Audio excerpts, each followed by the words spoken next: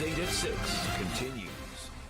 Thanks so much for staying with us. Berated for being Asian amid the coronavirus pandemic.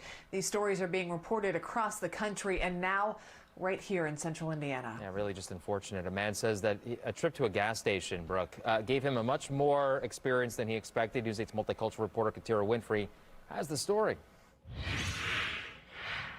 Gas and a cup of coffee is all one man said he tried to get when he came to this Marathon gas station a couple of days ago. But he said when he went inside, the clerk immediately started yelling at him, asking if he was Chinese, and told him to leave.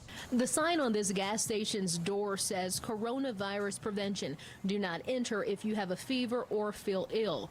It doesn't say anything about being Asian. I never experienced anything like this before. But David, who wants to go by just his first name, says that's why he wasn't allowed inside Friday. When he persisted and continued to ask where I'm from and yelling at me, and then I told him that I'm of Korean descent, but was born in Louisville, Kentucky, and hadn't traveled out of the country in many, many years, he just went off. David just so happens to be a doctor and works with some of the people most vulnerable to the coronavirus.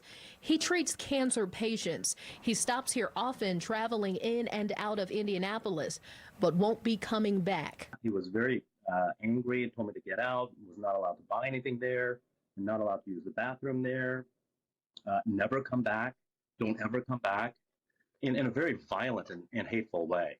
When we stopped by to ask questions, we didn't get any answers, at least not from the people who work inside. Instead, they called the police. Exactly what I was told was anyone of Chinese descent was not allowed in the store, and it was directly related to the spread of the coronavirus. The police chief says the department was told about the situation last week, and the business has been advised that that kind of discrimination is inappropriate.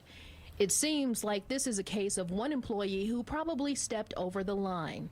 The Morgan County prosecutor says while there are no hate crime laws on the books in Indiana, a person who committed a crime like battery, intimidation, mischief, vandalism, and it's determined to be motivated by prejudice or bias could face stiffer penalties. Another part of me is hurt and angry and saddened by that people can actually behave that way to another. And police say this is unacceptable. The Morgan County prosecutor says this is unacceptable, and he says if you experience anything like this, to contact authorities.